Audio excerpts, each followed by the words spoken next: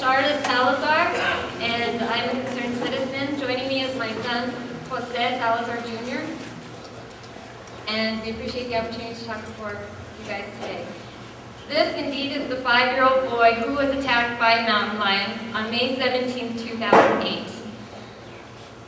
And thank God he is here with us today. This happened on the Balsam Scenic Outlook Trail. There are hundreds of families that go up and down that trail every day. We weren't wandering out in the wilderness. We were on an established trail that everyone visits, and we were together. And as children usually do, he ran a little ahead of us. Not more than from me to you. And I could still see him. And that's when a mountain lion jumped out of a bush, jumped on top of him, and started clawing and biting his body. And of course, as parents, we ran straight after him to try to get our son back.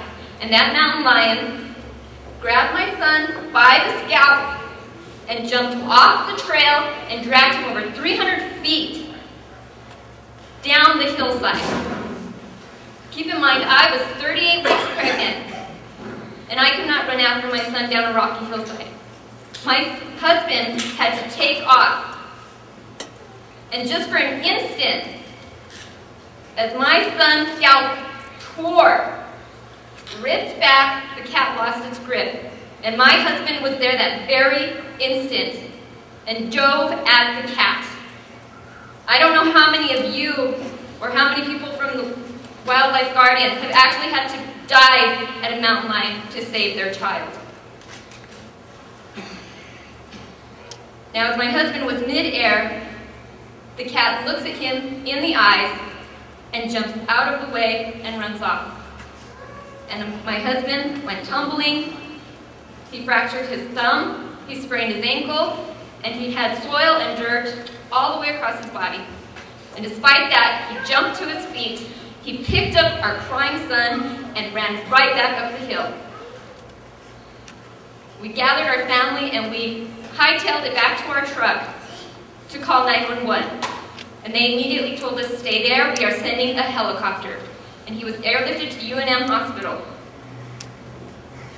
He was there for an entire week.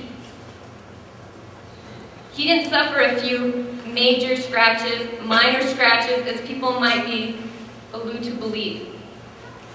His scalp was ripped back. He had puncture wounds in his neck, his shoulder, his arms, and his back was all mauled up. And I believe all of you have pictures in front of you to verify that. And while we were in surgery with him, Game and Fish went out to hunt for this mountain lion and could not pick up the trail.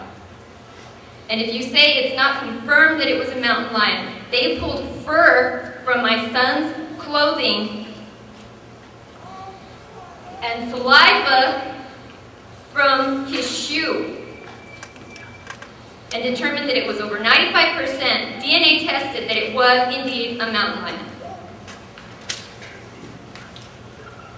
Now, my son lost his shoes while he was dragged, and thank God we got out of there, because this is what we found the next day.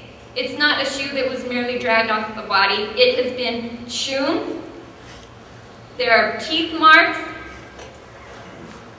That mountain lion came back.